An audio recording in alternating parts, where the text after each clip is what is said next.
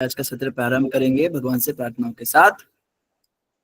जय राधा माधव कुंज बिहारी गोपी जन वल्लभा गिरिवरधारी यशोदानंदन ब्रज जन रंजन यशोदानंदन ब्रज जन रंजन यमुना तीरा वनचारी जय राधा माधव कुंज बिहारी।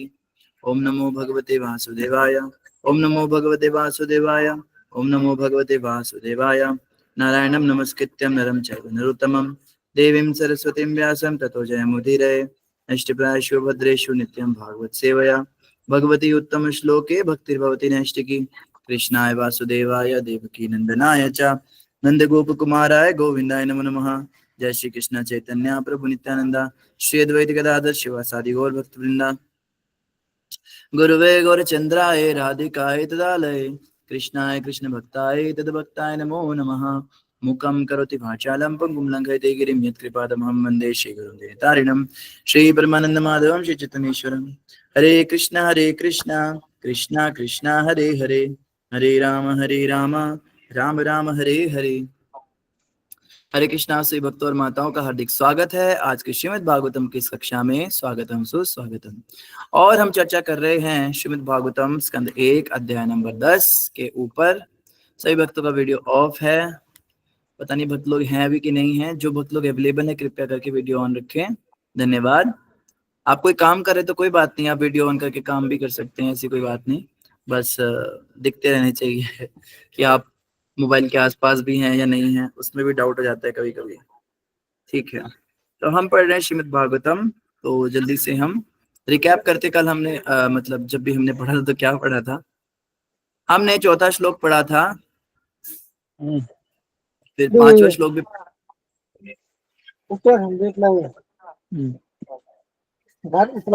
अभी हमने पांचवा श्लोक भी पढ़ा है ना। नहीं प्रभु जी, चौथा श्लोक पूरा हो गया था हमारा। नहीं प्रभु जी। ठीक है, तो चौथे श्लोक में हमने क्या पढ़ा था, हमने पढ़ा था महाराज युधिष्ठिर के राज्य के बारे में हम पढ़ रहे थे। प्रभु जी तात्पर्य रह गया था शायद। तात्पर्य रह गया था जी मेरे प्रभु जी। ठीक है, तात्पर्य पढ़ते हैं हम। चौथे श्लोक में हम पढ़ रहे हैं महाराज युधिष्ठिर के राज्य में मनुष्यों को जितना भी पानी चाहिए था बादल उतना पानी बरसाते थे और पृथ्वी मनुष्यों की सारी आवश्यकताओं की पूर्ति पर्याप्त मात्रा में करती थी। दूध से भरे थनों वाली तथा प्रसन्नचित्त गौएं अपने दूध से चारागाह को सिक्त करती रहती थी। तो आइए श्लोक भी पढ़ लेते हैं, हम बड़े दिनों बाद मिले हैं तो आज श्लोक भी पाठ कर लेते हैं। सभी अपने अपने माइक करेंगे अनम्यूट और हमारे पीछे पढ़ेंगे। कामं वर्ष पर्जन्याः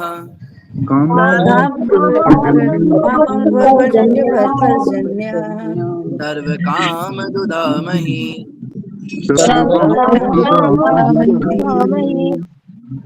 शिशिचो स्मा व्रजान् गावः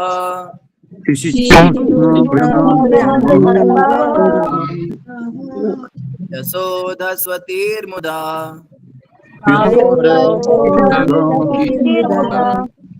कामं वर्ष पर्जन्याः सर्व काम दुधामहि शिशु स्मा व्रजान् गावः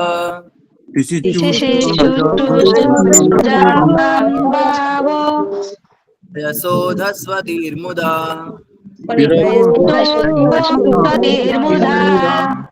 कामं वर्ष पर्जन्या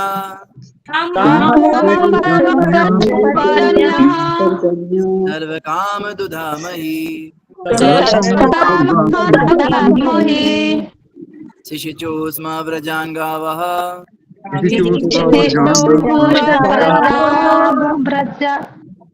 यशोधस्वतीर्मुदा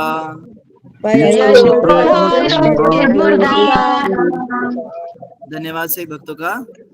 तो जिन भक्तों ने बहुत समय से कोई भी श्लोक नहीं पढ़ा है उनमें से कोई भी 5 डिवोटीज हैंड रेज करेंगे और वो श्लोक पढ़ेंगे। कोई भी 5 डिवोटीज हैंड रेज करेंगे जिन्होंने अभी तक बहुत समय से कोई श्लोक नहीं पढ़ा। हाँ जी, सुनीति माता जी पढ़ेंगे। हरे कृष्णा प्रभु जी, सब भक्तों चरण कोटि कोटि दंडवत प्रणाम। कामं वर्ष पर्जन्यः सर्वकामदुधामहि शिशिष्टुः स्वव्रजान् गावः पर्यशोध स्वतिर्मुदा। हरे कृष्णा प्रभु जी, कोई गलती हुई तो क्षमा। ज्योति माता पढ़ेंगे। हरे कृष्णा प्रभु जी, दंडवत प्रणाम। सब भक्तों चरणों में दंडवत प्रणाम। कामं ववर्ष पर्जन्य सर्व काम दुग्धामहि शिशिशु समव्रजान् गावः पयसोदस्वतिर्मुदा। धन्यवाद। जी प्रभु जी। मनोरमा माता जी पढ़िए। हरे कृष्णा प्रभु जी, दंडवत प्रणाम। हरे कृष्णा। कामं ववर्ष पर्जन्यः सर्व काम दुधामहि शिशिचु संव्रजान् गावः प्यसोदस्वतिर्मुदा। हरे कृष्णा प्रभु जी। धन्यवाद शिवांश। खुशी माता जी पढ़ेंगे। हरे कृष्णा, दंडवत प्रणाम। दंडवत प्रणाम प्रभु जी, दंडवत प्रणाम तो आप देवती लोग। कामं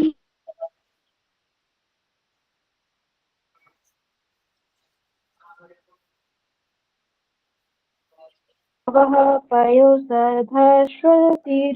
हरि बोल। धन्यवाद खुशी माता जी। आदि नारायण जी पढ़ेंगे। हरे कृष्णा दंडवत प्रणाम प्रभु जी।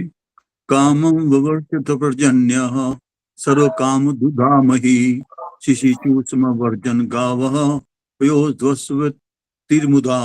धन्यवाद प्रभु जी। धन्यवाद प्रभु जी। वृषाली माता जी पढ़ेंगे। हरे कृष्णा प्रभु जी, आपके चरणों में प्रणाम। सभी भक्तों को प्रणाम। कामं ववर्ष पर्जन्य सर्व काम दुघामहि शिशिचु स्म व्रजान गावः पयसोध स्वतिर्मुदा। हरे कृष्ण। बहुत बहुत धन्यवाद सभी भक्तों का जिन्होंने श्लोक पढ़ा। आइए हम तात्पर्य पढ़ेंगे। श्रील प्रभुपाद जी की तरह जगत गुरु श्रील प्रभुपाद की जय। आप में से कोई तात्पर्य पढ़ना चाहे तो हैंड रेज करेंगे। तात्पर्य स्क्रीन पर है। जो तात्पर्य पढ़ना चाहते हैं वो लोग हैंड रेज करेंगे। सुमित प्रभु जी पढ़िए। हरे कृष्णा प्रभु जी। हरे कृष्ण। आर्थिक विकास का मूल सिद्धांत भूमि तथा गायों पर केंद्रित है। अन्न, फल, दूध, खनिज, वस्त्र, ईंधन इत्यादि मानव समाज की आवश्यकताएं हैं। शरीर की भौतिक आवश्यकताओं की पूर्ति के लिए मनुष्य को इन्हीं वस्तुओं की आवश्यकता पड़ती है। निश्चय ही मनुष्य को मांस और मछली या लोहे के औजार तथा यंत्र नहीं चाहिए। महाराज युधिष्ठिर के शासनकाल में सारे संसार में नियमित वर्षा होती थी। वर्षा मनुष्य के नियंत्रण में नहीं होती। स्वर्ग का राजा इंद्रदेव वर्षा का अधिष्ठाता है और वह भगवान का सेवक है। जब राजा तथा राजा के अधीन लोग भगवान की आज्ञा का पालन करते हैं तो आकाश से नियमित वर्षा होती है और यही वर्षा पृथ्वी पर विविध प्रकार की उपजों की नियमित औषधि है। नियमित वर्षा से न केवल प्रचुर धान्य तथा फल उत्पन्न होते हैं, अपितु जब नक्षत्रों के साथ वर्षा का संयोग बैठता है तो बहुमूल्य रत्न तथा मोती बहुत प्रयास से उत्पन्न होते हैं। बहुत बहुत धन्यवाद प्रभु जी। तो यहाँ पे बताया जा रहा है मनुष्यों की जो मूलभूत आवश्यकताएं हैं। जैसे प्रभुपाद जी कह रहे हैं हम लोहे के औजार तो नहीं खा सकते। आप में से कोई है जो लोहे की मशीन खाता है? चिप्स मिलती हैं उसमें मार्केट में, SD cards 32 GB 16 GB 8 GB, वो वाली चिप्स तो नहीं कोई सॉस लगा के खाता। खाते तो पोटैटो चिप्स ही है ना। तो पोटैटो तो जमीन से निकलता है। कोई किसी फैक्ट्री में थोड़ी ना कोई व्यक्ति चिप्स बना सकता है। जैसे बेंगलोर को सिलिकॉन सिटी कहते हैं, वहां पे सिलिकॉन की चीजें बहुत बनती हैं, बट आप उन्हें खा तो नहीं सकते ना। आप नोट कमाते हो, नोटों को तो नहीं खा सकते आप सब्जी में डुबा के। तो हमारे जो खाने पीने की व्यवस्था है वो हमें प्रकृति से ही मिलती है, और प्रकृति में भी जो सब कुछ उगता है वो वर्षा के कारण उगता है। और वर्षा हमारे नियंत्रण में नहीं, हमारे अधीन में नहीं है। ये सब हम लगभग पहले चर्चा कर ही चुके हैं कि वर्षा इंद्रदेव के द्वारा होती है। जब राजा और उसकी प्रजा धर्म पूर्वक चलते हैं तो देवता प्रसन्नता से वर्षा देते हैं।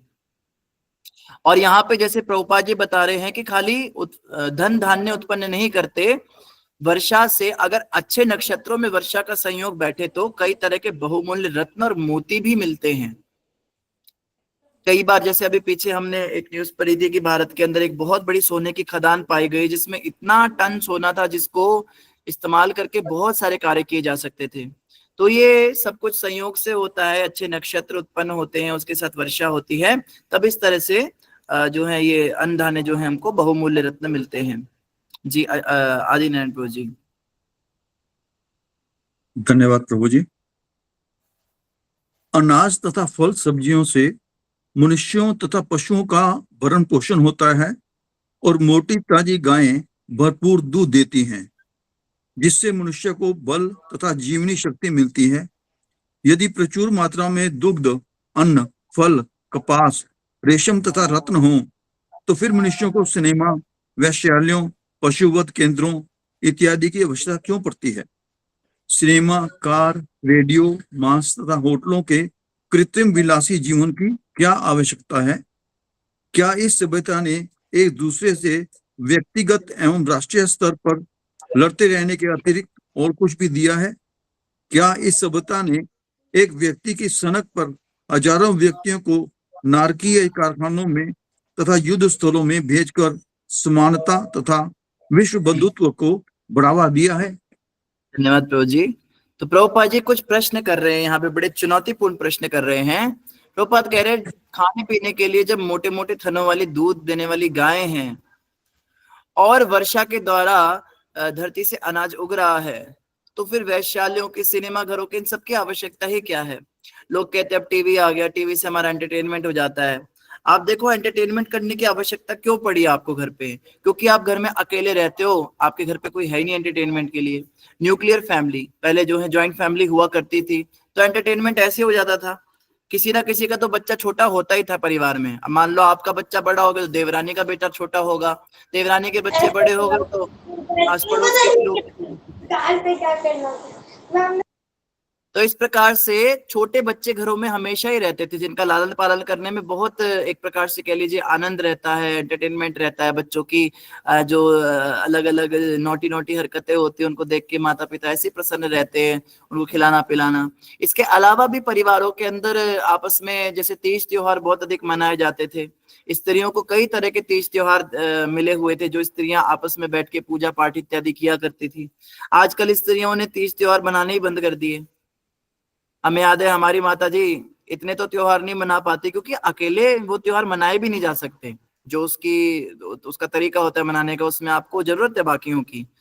तो मेरी माँ जो है वो जब सावन शुरू होता है तो उस पे तार पे धागा बांध कर आती थी आसमान में कि सावन की जो पहली बूंद है वो इस धागे पे लगनी चाहिए। ये मैंने पूछा क्यों बांधते? कहते ये तो मुझे पता नहीं, मेरी माँ ने बांधा तो मैं भी बांध देती हूँ। तो तीज त्योहार क्यों मनाए जाते हैं उनको उसके, और वो खाली धागा नहीं बांधना होता था, उसमें और भी बड़ी सारी पूजा पाठ होती थी, तो वो सब तो हो नहीं सकता था, वो धागा बांध देते थे। मतलब त्योहारों का भी कुछ फन चला गया। दिवाली का मतलब बस खाली लक्ष्मी गणेश का पूजन है, उसमें बस माता पिता और बच्चे बैठे और 2 मिनट की पूजा करी और उसके बाद में पूरे दिन बम पटाखे मिठाइयाँ, ये सब चीजें दिवाली तोड़ना है। ये तो चलो आधुनिक काल में नई नई चीजें आ गई, पटाखे फोड़ना है, ये सब करना ठीक है। मेन जो चीज होती है वो तो पूजन है। अब पूजन में परिवार ही नहीं है तो काहे का पूजन करेंगे? बच्चे विदेश चले गए, पति पत्नी बूढ़े घर में है, नौकरानियों के साथ बैठ के पूजन कर रहे हैं बेचारे, नौकर नौकरानी कोई बिठा लेते हैं, भाई कोई तो बैठे पूजा में, कुत्ते कुत्तियों को बिठा लेते हैं लोग, यही हमारे घर के मेंबर हैं अभी। तो अब क्या कर सकते हैं, फैमिली ही नहीं रही तो फिर अब दिन भर करे तो करे था, तो उसके लिए फिर टीवी आ गया। टीवी देखते हैं भाई हम, टीवी में एंटरटेनमेंट, टीवी देख देख के मजा नहीं आ रहा, बड़ी स्क्रीन चाहिए तो सिनेमा घर बन गए। सिनेमा घर बने, लोग कहते हैं फिल्म देखने के लिए इतने पैसे खर्चने पड़ते हैं, बार बार घर पहुंचना पड़ता है, तो जेब के अंदर टीवी आ गया, मोबाइल, इसमें तो जब मर्जी निकाल के आप टीवी देख सकते हो। और यूट्यूब आ गया जिसमें आपका कोई एपिसोड छूट गया तो आप उसको दोबारा देख सकते हो। सुविधाएं बढ़ती जा रही हैं, लेकिन ये क्या हो रहा है, पारंपरिक तरीके से या कह लीजिए कि प्राकृतिक तरीके से जो कार्य होने चाहिए थे वो ना होने के कारण आर्टिफिशियल तरीके से उन कार्यों को कराने की ये सभ्यता चल रही है। प्रभुपाद जी कहते हैं क्या फैक्ट्रियों की फैक्ट्रियों की आवश्यकता है? देखो कुछ प्रश्न करे प्रभुपाद ने। यहाँ प्रभुपाद जी कहते हैं क्या सिनेमा की आवश्यकता है, वैश्यालयों की, कसाई घरों की, इन सब की आवश्यकता क्यों पड़ती है? ये सब जो होटल हैं, कृत्रिम विलासमय जीवन की, इसकी क्या आवश्यकता है? ये प्रश्न प्रभुपाद जी यहाँ पे कर रहे हैं। इनके बिना भी तो जीवन चल रहा है लोगों का। ये वैश्यालय क्या है? ये वैश्यालय भी एक प्रकार का कह लीजिए कि एंटरटेनमेंट का ही साधन है। कसाई घर हैं, इसकी क्या आवश्यकता है? जब आलू उग रहा है आपकी धरती से, दूध मिल रहा है आपको गाय से, तो आपको कसाई घर की क्या आवश्यकता है? क्यों आपको मार के खाना है जानवरों को? तो ऐसी सभ्यता क्या है? ये व्यक्तिगत एवं राष्ट्रीय स्तर पर जो लड़ाइयां हैं, इनके अतिरिक्त इन्होंने और कुछ दिया है क्या? सिर्फ झगड़े, लड़ाइयां, यही सब इसने दिया है। तो इस प्रकार से प्रभुपाद जी कहते हैं इन सब की आवश्यकता नहीं है। प्रभुपाद जी एक बात कहा करते थे, सिंपल लिविंग हाई थिंकिंग, सादा जीवन उच्च विचार। तो सबको ये पालन करना चाहिए। पर चलो सबको तो हम कुछ कह नहीं सकते, हम तो करें ना। हम तो डिवोटीज होकर भी, भक्त होकर भी इतना कॉम्प्लेक्स जीवन जी रहे हैं, इतने तरह के गैजेट्स, इतने तरह की मशीनें, इतने तरह का, हम खुद ही इस सभ्यता के अंदर फंस चुके हैं, तो हम दूसरों को क्या इससे बाहर निकालेंगे? प्रभुपाद जी ने जब सपना देखा था न्यू वृंदावन प्रोजेक्ट का, तो वहां पे प्रभुपाद जी ने इतनी सुंदर व्यवस्था की थी। वहां पे 50 गृहस्थों के जोड़ों ने वो शुरू किया था, और वो गृहस्थ उसी मंदिर में रहते थे। वो कुछ 300-400 एकड़ की जमीन थी, वहां पे बहुत सुंदर खेती होती थी, पुरुष लोग खेती करते थे, माताएं बैठ के मक्खन निकालती थी, भगवान के भजन गाती थी, भगवान के लिए मालाएं बनाती थी, बच्चों को पालती थी, अपने पतियों की सेवा करती थी, और पति लोग मिलकर भगवान की वर्शिप करते थे, आरती गाते थे। मतलब मंदिर के अंदर अंदर ही कम से कम 100-150 लोग हैं, तो बाहर से किसी की जरूरत ही क्या है? मंगल आरती, संध्या आरती में ऐसी इतनी भीड़ होती थी, और आए दिन बच्चे पैदा होते थे वहां पे। आज इसकी डिलीवरी, कल उस माता की डिलीवरी, फिर उस माता की डिलीवरी, वहां पे बच्चे इतने पैदा होने लगे थे। और छोटे छोटे बच्चे वहां पे ऐसे खेलते थे, कूदते थे। उन बच्चों को स्कूल में नहीं डालते थे वो लोग, उन बच्चों के लिए उन्हीं गृहस्थों में से कुछ जो प्रभु जी थे वो उनके टीचर बन गए। वहां पे गुरुकुल खुल गया, उनको गुरुकुल में बेसिक अंडरस्टैंडिंग कराने लगे, जितनी पढ़ाई की आवश्यकता है बाहर के लिए, ABCD या 1 2 3 जो सिखाते थे, और साथ में शास्त्र पढ़ाते थे। और माताएं उनको स्नेह देती थी, प्रेम देती थी, पिता उनको खेती करना सिखाते थे। जो बच्चियां होती थी उनको बचपन से ही खाना बनाना सिखाया जाता था, भगवान की सेवा करना सिखाया जाता था, और गुरुकुल के अंदर उनको दूसरी पढ़ाई भी कराई जाती थी। मतलब परफेक्ट जीवन। प्रभुपाद जी ने उनको उस मंदिर के दायरे में ही कह लीजिए कि वो कर दिया था, आजाद कर दिया था, कि उन्हें बाहर से किसी चीज की आवश्यकता नहीं थी। बिजली पानी की बात रही तो पानी उनके पास प्रचुर मात्रा में था वहां पे। और बिजली के लिए अब जो है एक नया प्रोजेक्ट शुरू हुआ है, वो सोलर प्लांट लगा देते हैं, सोलर प्लांट से बिजली आ जाती है। तो उनको बड़े बड़े MNC कंपनी में 12-12 घंटे सिर खपाई करके जॉब करके, अपनी सारी हेल्थ गवा के, अपना सारा मानसिक संतुलन गवा के, अपने परिवार के साथ सारे संबंध खराब करके क्यों जीना है? और स्त्रियों को भी फालतू के मेकअप करके, बेकार के जिम जाके, बेकार में टीवी देख देख के, निंदा चुगलियां करके क्यों समय बर्बाद करना है? वो सारी माताएं आपस में मिलके भगवान के भजन कीर्तन गाती थी, साड़ी पहनती थी, बहुत सिंपल लाइफ। हमने वो उस समय की वीडियोस देखी है प्रभुपाद जी के, जब प्रभुपाद जी ने वो शुरू किया था।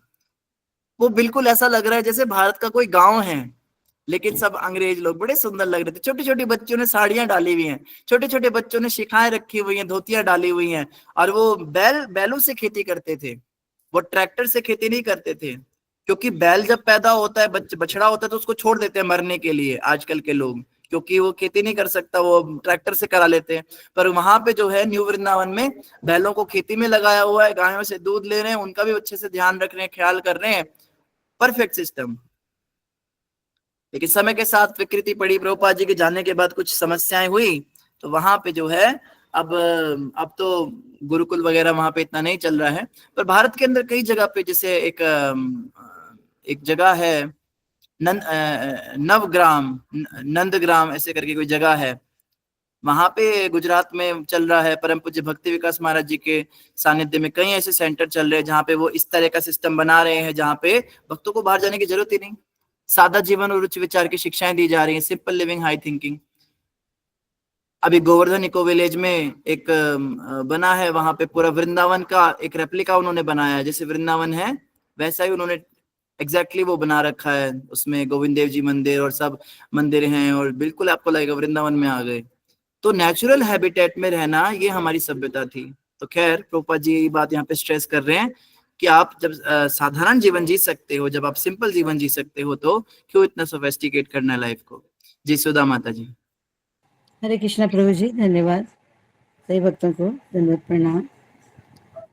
यहाँ पर कहा गया है कि गायें अपने दूध से चरागाहों को सिक्त करती थी, क्योंकि उनके थन दूध से भरे रहते थे और वे अत्यंत प्रमुदित रहती थी।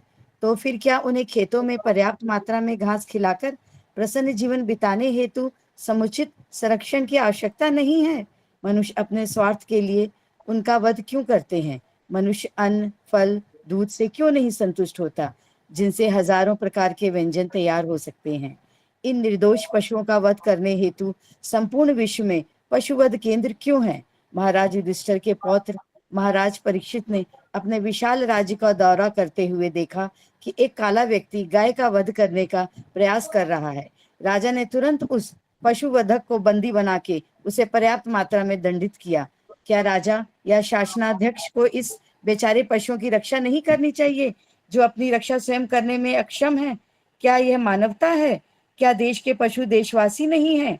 तो फिर संगठित पशुवध केंद्रों में उनका वध किए जाने की अनुमति क्यों दी जाती है?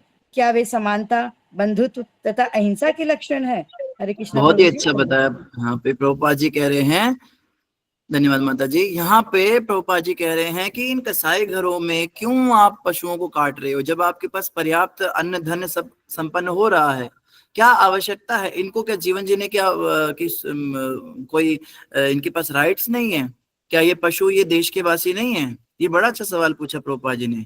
देश का नियम, देश का संविधान केवल मनुष्यों के लिए है, पशुओं के लिए नहीं है।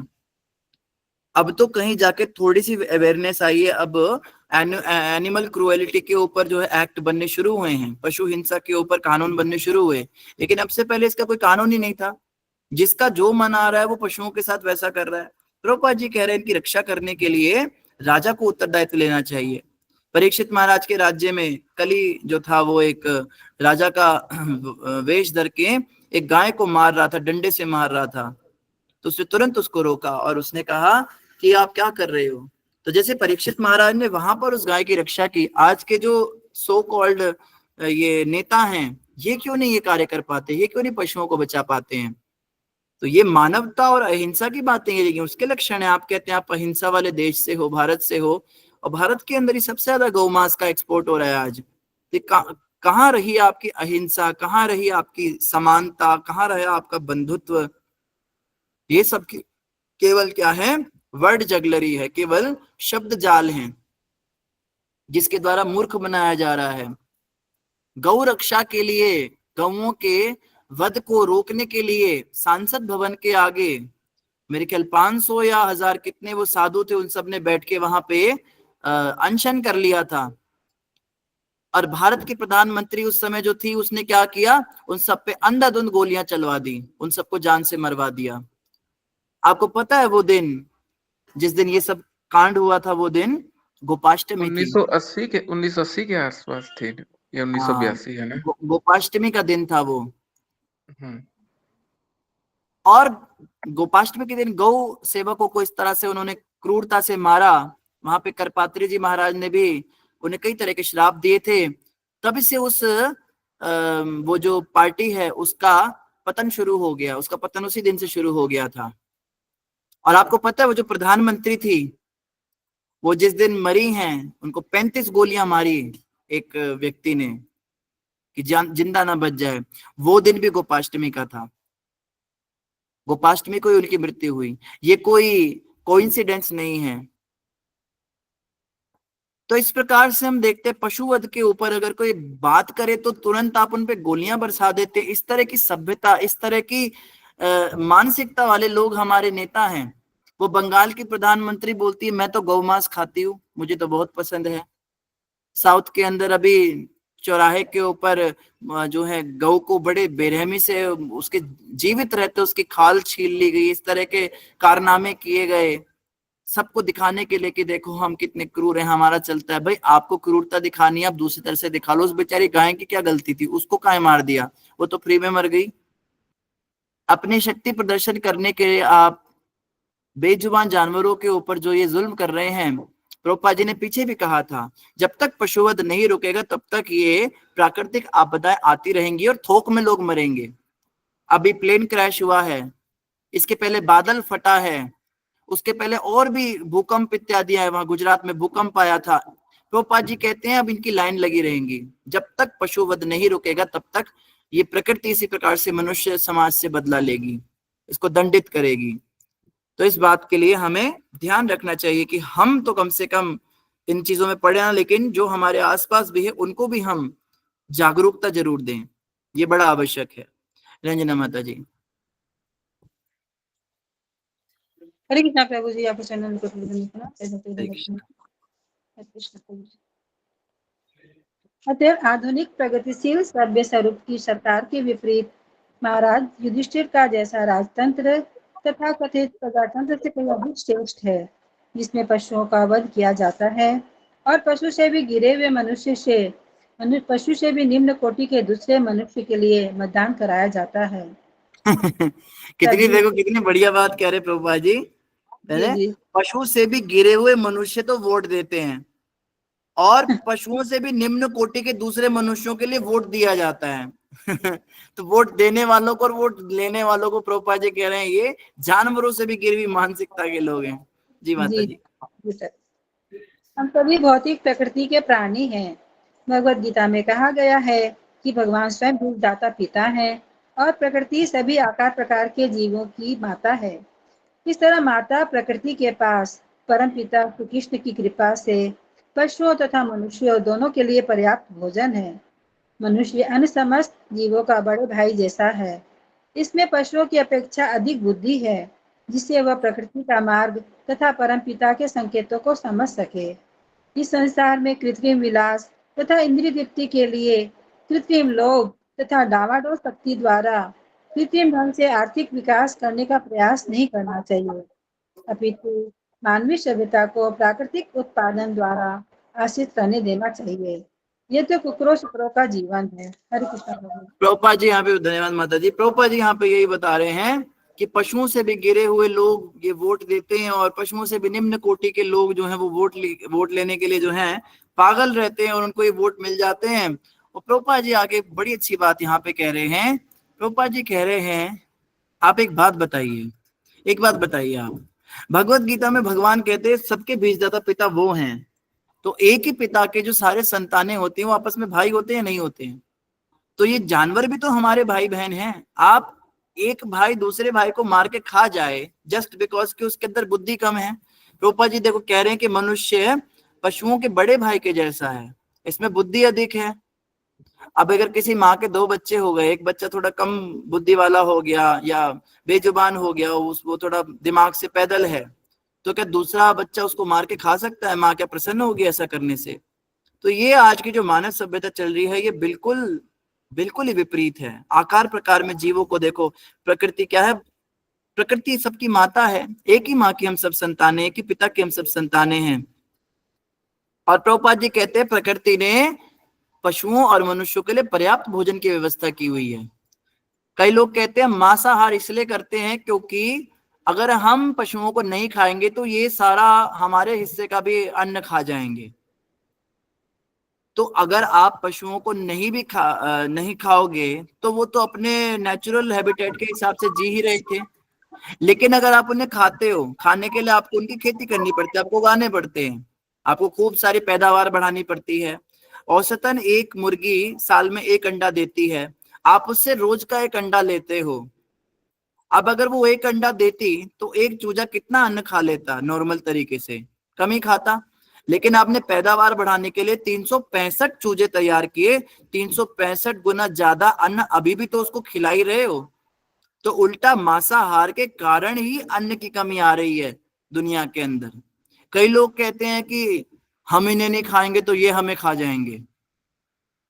तो कोई भी जानवर आके मनुष्य को नहीं खाता। कुछ हिंसक पशु जरूर होते हैं जो कभी कभी आते हैं, लेकिन ऐसा तो कोई जानवर भगवान ने बनाया नहीं जिसका भोजन मनुष्य हो।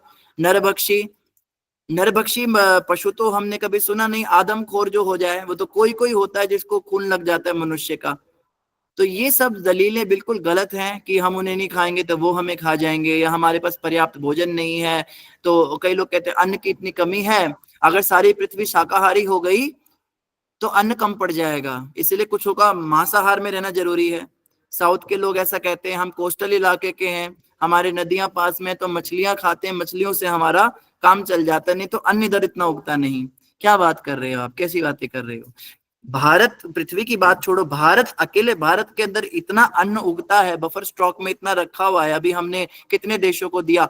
12 गुना ज्यादा अन्न है हमारे पास जितनी हमारी जनता है। अगर सारे शाकाहारी भी हो जाएं तो भी 3 गुना ज्यादा अन्न हमारे पास बचेगा, जो हम विदेशों में भी सप्लाई कर सकते हैं। इतना तो अभी हमारे पास है।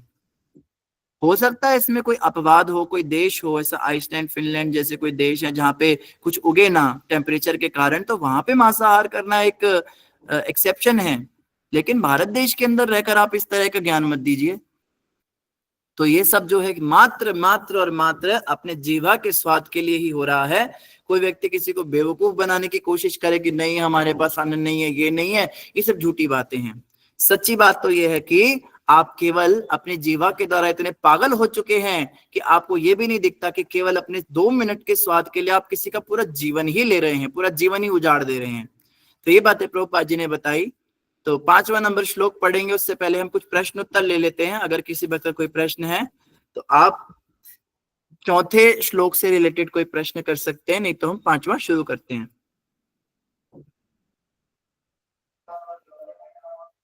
जी सरिता माता जी। कृष्ण प्रभु जी पढ़ना है। हरे कृष्ण प्रभु जी, दंडवत प्रणाम। पढ़ाएंगे बाद में, अभी हम प्रश्न ले रहे हैं माता जी, फिर हम पढ़ाते हैं। अच्छा हाँ जी। प्रीति माता जी। हरे कृष्णा प्रभु जी, दंडवत प्रणाम।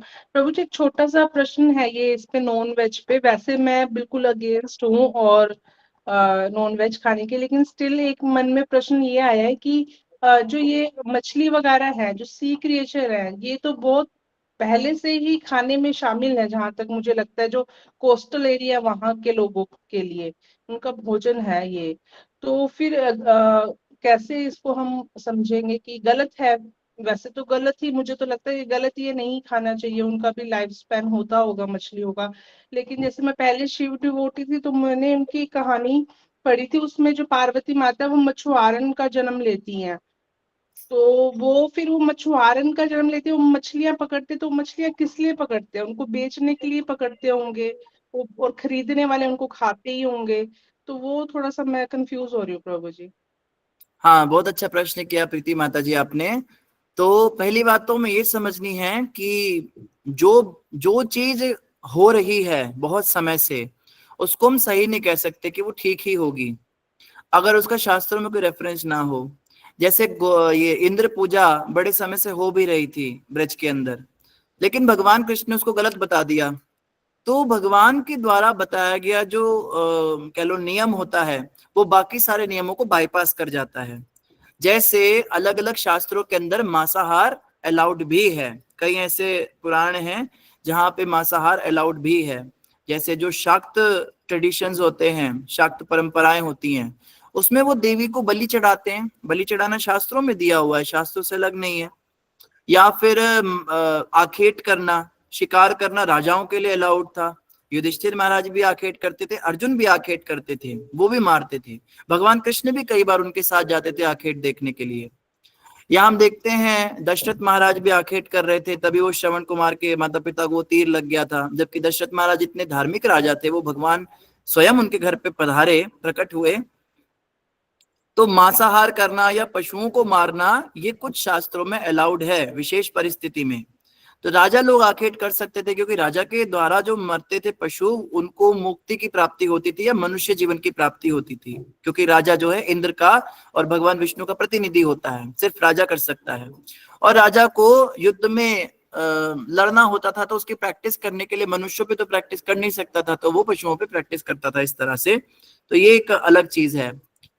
और जहां तक बात रही मछुआरन होने की, तो मछुआरे जो है वो आपने ये तो नहीं पढ़ा होगा कि पार्वती माता मछली खाती थी, मछली को बेचती थी। इसमें सदन कसाई की कथा भी आती है। सदन कसाई भी जो है वो भी मांस बेचते थे, खाते तो नहीं थे। लेकिन भगवान शालिग्राम उनको शुद्ध भक्त मानते थे अपना, या पार्वती माता का विवाह भोलेनाथ जी से हुआ।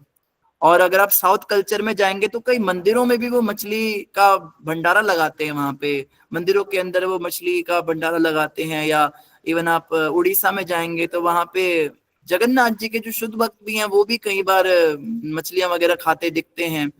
तो ये अलग अलग परंपराएं चलती हैं, कुछ शाक्त परंपराएं होती हैं, कुछ शैव परंपराएं होती हैं, कुछ स्मार्ट परंपराएं होती हैं। अलग अलग तरह की परंपराएं चल रही हैं भारत में, जिनमें की नॉनवेज खाना उनके भोजन का हिस्सा है। लेकिन जहां तक हम बात करते हैं वैष्णव परंपराओं की, तो वैष्णव परंपराओं में आदिकाल से इवन साउथ इंडिया में भी जितने वैष्णव हुए उन्होंने कभी नहीं खाया।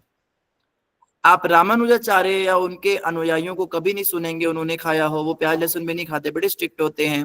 रामानंदियों को नहीं सुनेंगे, श्री वैष्णवों को, रुद्र वैष्णवों को, ब्रह्म वैष्णवों को। हम ब्रह्म संप्रदाय से हैं, तो साउथ में भी हमारे सारे आचार्य साउथ में हुए थे पहले, जो मध्वाचार्य इत्यादि थे, उन्होंने कभी नहीं खाया। तो ये एक कह लीजिए कि भोजन का हिस्सा होना अलग अलग शास्त्रों में कभी कभी दिया हो सकता है, लेकिन वही वाली बात है कि भगवान जो ज्ञान देते हैं वो शास्त्रों की भी बातों को बाईपास कर जाता है। जैसे इंद्र की पूजा की हमने एग्जाम्पल दिया, इंद्र की पूजा शास्त्रों में दी थी, लेकिन कृष्ण भगवान ने मना किया तो ब्रजवासियों ने उसको मान लिया। तो भगवत गीता में कृष्ण भगवान ने कहा है अहम बीज प्रतापिता। फिर भगवान सात्विक भोजन, राजसिक भोजन और तामसिक भोजन का वर्णन करते हैं। अगर भगवान तामसिक भोजन में मांसाहार का वर्णन कर रहे हैं, इसका मतलब भगवान भी मानते हैं कि वो भोजन है, भगवान भी उसको भोजन मानते हैं। मांसाहार को, पशुओं को वो भोजन मान रहे हैं, तभी तो कहा तामसिक भोजन। तो लेकिन तामसिक है, तमस में आता है, वो तामसिक भोजन करने से क्या हमारे ऊपर उसका असर पड़ेगा वो भी भगवान ने बड़ा स्पष्ट रूप से वहां समझाया है। और भगवान एक श्लोक में बताते हैं कि मैं तो फल, फूल, दूध, ये जल और ये 4 चीजों का नाम लिया भगवान ने, मैं तो यही जो स्वीकार करता हूँ। वहां भगवान ने ये नहीं कहा मैं मांस स्वीकार करता हूं। तो कृष्ण भगवान स्वयं ये नहीं लेते, देवता ये नहीं लेते। आप ये भी मत सोचिएगा कि काली माता तो इतनी बड़ी भक्त है भगवान की, काली माता भी वैष्णवी हैं, वो कैसे मांस खा लेती हैं, वो कैसे बलि स्वीकार करती हैं या रक्त पीती, हमने सुना था। तो हमने एक हमारे फ्रेंड हैं, वो शाक्त परंपराओं में वर्शिप करते हैं। मैंने उनसे पूछा कि माता तो इतनी बड़ी वो है और कटरा वैष्णो देवी में तो प्याज भी नहीं बनता, माता के जो भंडारे होते हैं उसमें प्याज भी नहीं बनता, तो माता खून क्यों पीती जानवरों का, क्यों बलि चाहती हैं वो। तो उन्होंने मुझे बताया था कि एक्चुअली माता नहीं लेती, माता के साथ जो उनकी योगिनियां होती हैं, जो चंडालियां होती हैं, वो उसको स्वीकार करती है, वो ये मांसाहार और खून वगैरह, क्योंकि वो तामसिक होती हैं। जनरली वो माता की अनुयायी होती हैं जो वो भेंट स्वीकार करती हैं। माता कभी किसी भी जानवर का खून नहीं पीती, माता कभी मांसाहार नहीं करती, माता प्याज भी नहीं लेती, जैसा कि हम जानते हैं। तो एक स्पेसिफिक केस ऐसा हुआ था जिसमें रक्त बीज नाम का एक असुर था, उसको ये वरदान मिला था कि उसका रक्त जो है जमीन पे गिरेगा तो वो फिर से रक्त बीज बन जाएंगे। तो माता ने उस केस में स्पेसिफिकली उसका खून पिया था। हम जब जड़ भरत की कथा सुनेंगे आगे, भरत महाराज को जब बलि की वेदी पर चढ़ाया जाएगा, श्रीमद् भागवतम में उसका वर्णन आएगा, तो काली माता क्या करेंगी, अपने उपासकों का गला काटेंगी, लेकिन गला काटने के बाद उसका खून जो है वो चंडालियां पिएंगी। उसमें श्लोकों में स्पष्ट लिखा है कि उन चंडालियों ने उनके सिरों को गेंद बनाकर खेला और उनका रक्त पिया। तो देवी देवता ये या चाहे पार्वती माता है, ये कभी इस तरह का नहीं करते। लेकिन हाँ, एक कह लीजिए कि एक लीला के लिए वो उस परिवार में उत्पन्न हुई, तो उन्होंने बेचा जरूर होगा, तो इसमें कुछ अपवाद भी मिलते हैं। लेकिन हम बात करें भगवान कृष्ण की, जो कि परम पुरुष हैं, परम पुरुषोत्तम हैं, तो भगवान कृष्ण की बात को मानने के लिए अन्य शास्त्रों की बातों को नीचे किया जा सकता है, क्योंकि भगवत गीता जैसे कहा जितने भी ये हैं शास्त्र हैं, ये सब ब्रह्मा जी के हृदय से प्रकट हुए हैं, ब्रह्मा जी के मस्तिष्क से प्रकट हुए हैं, और ब्रह्मा जी स्वयं भगवान विष्णु के नाभि कमल से प्रकट हुए हैं। किंतु भगवत गीता साक्षात भगवान के मुख कमल से प्रकट हुई है। तो भगवत गीता अन्य शास्त्रों की अपेक्षा श्रेष्ठ मानी जाती है। उसके अंदर जो बात लिखी है उसको पालन करने के लिए अगर बाकी शास्त्रों की बातों को हमें झुकलाना पड़े, उनको निरस्त कर देना पड़े, तो उसको कर देना चाहिए। तो भगवत गीता के अकॉर्डिंग हम जो हैं मानते हैं कि मांसाहार गलत है, पशुओं का वध करना गलत है, वैष्णव परंपराओं में उसको माना नहीं गया है। तो इसीलिए हम उसको बाकी शास्त्रों के अंदर अगर कहीं हमें मिल भी जाए ऐसा वर्णन, तो उसको हम निरस्त कर सकते हैं कि भगवान कृष्ण की बात जो है उसको सबसे ऊपर रखा जाएगा। जी जी प्रभु जी, थैंक यू। हरे कृष्णा। बड़े कठिन प्रश्न करते प्रीति माता जी, पसीना छूट जाता है कभी कभी। जी रंजना माता जी। सॉरी प्रभु जी। नहीं नहीं, मजाक कर रहे हैं। अच्छा है। हरे कृष्ण प्रभु जी, दंडवत हरे प्रणाम। कृष्ण। चलो आप दंडवत प्रणाम प्रभु जी। जैसे प्रभु जी, जैसे बहुत लोग बोलते हैं प्रभु जी, यदि हम नॉनवेज नहीं खाएंगे तो इनकी संख्या बहुत बढ़ जाएगी, बहुत सारे मतलब मुर्गे हो जाएंगे, ये हो जाएंगे। तो क्या ऐसा ऐसा बोलना क्या सही है कि उनका, कि ये लोग अपने मनगढ़ंत बातें जैसे बोलते हैं कि हाँ मतलब नहीं छोड़ना चाहते इसलिए कि हाँ कुछ एक लॉजिक अपना अपनी बिल्कुल मतलब। गलत है, बिल्कुल गलत है। आप देखो वो इतनी ज्यादा पैदावार बढ़ाते हैं, अननेचुरल तरीके से उनकी ब्रीडिंग कराते हैं। जहां उनके 4 बच्चे पैदा होने थे वहां पे उनके 40 बच्चे पैदा हो जाते हैं। फिर उन 40 बच्चों को खिलाने के लिए उनको जमीन चाहिए, क्योंकि वो तो अन्न ही खाएंगे। तो उनके लिए चारा उगाने के लिए फिर एक्स्ट्रा एक्स्ट्रा जमीनें वो हड़प लेते हैं। उन एक्स्ट्रा जमीनों को हड़प के वो उन्हें चारा खिलाते हैं, फिर उन्हें काट के मनुष्य खाते हैं। हम कहते हैं अगर उनको पैदा ही ना किया जाए तो वो जो जमीनें हैं वो मनुष्यों के अन्न उगाने के लिए काम आ जाएंगी, तो मनुष्यों का अन्न उसमें उग जाएगा।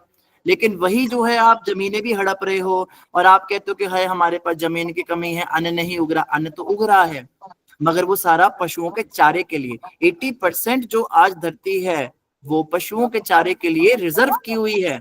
बड़ी बड़ी कंपनियों ने, बड़े बड़ी फैक्ट्रियों ने, ये काले चिट्ठे नहीं खोलेंगे वो अपने। तो आप उनकी क्रॉस ब्रीडिंग कराना बंद करो, आप आर्टिफिशियली उनको उगाना बंद करो। वो नेचुरल तरीके से जितना आप पैदा करते हैं उसके लिए पर्याप्त भूमि उनके पास जंगलों में है। उनको आपको इस तरह से जमीनें रिजर्व करने की आवश्यकता ही नहीं है।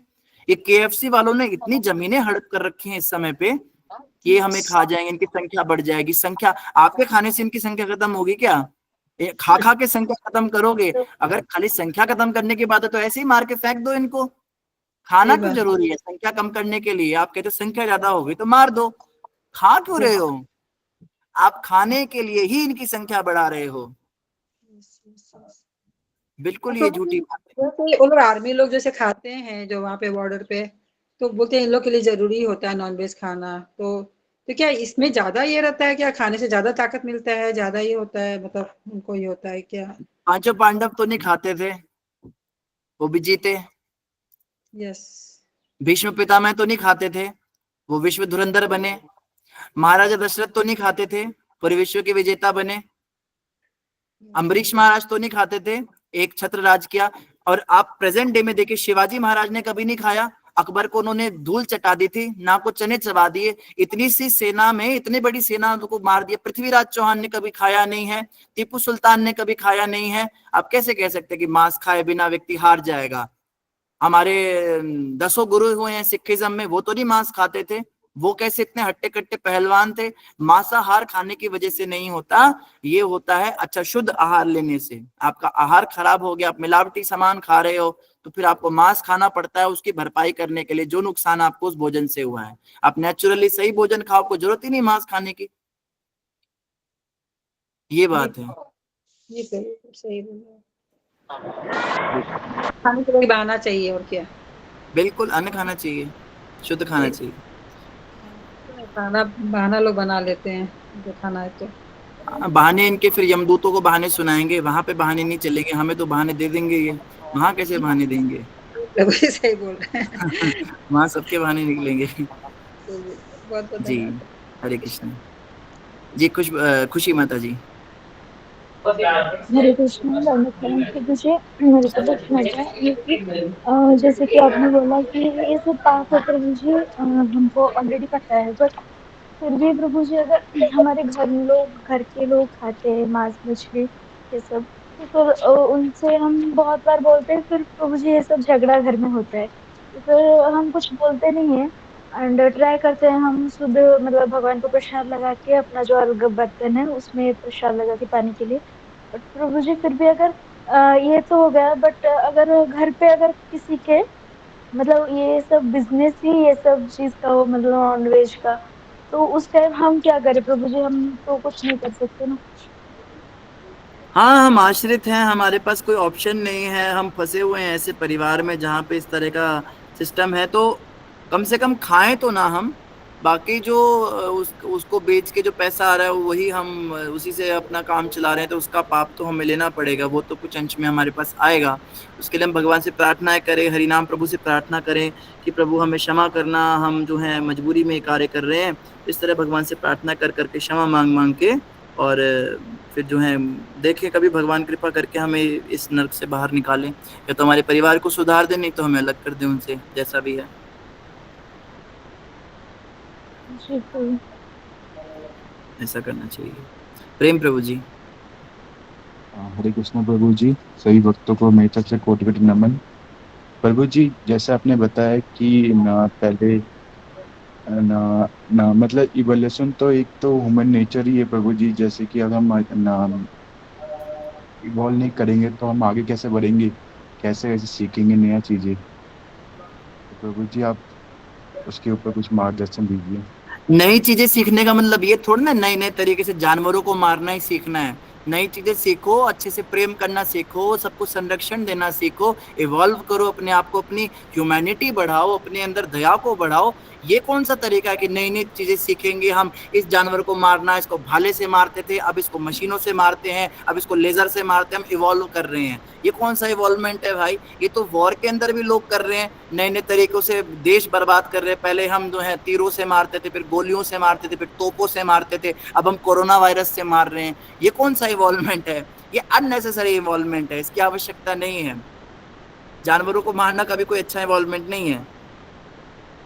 हरे कृष्ण प्रभु जी, मैं जानवर के ऊपर नहीं कह रहा हूँ, जैसे ना एक इंसान के प्रति जैसे।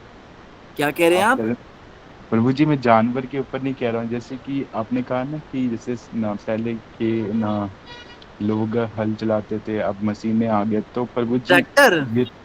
जी प्रभु जी, ट्रैक्टर को इवॉल्वमेंट थोड़ना है। ट्रैक्टर के चलाने से कितने तरह के धुएं निकले, उसके वजह से स्पीशीज फसलें खराब हुई।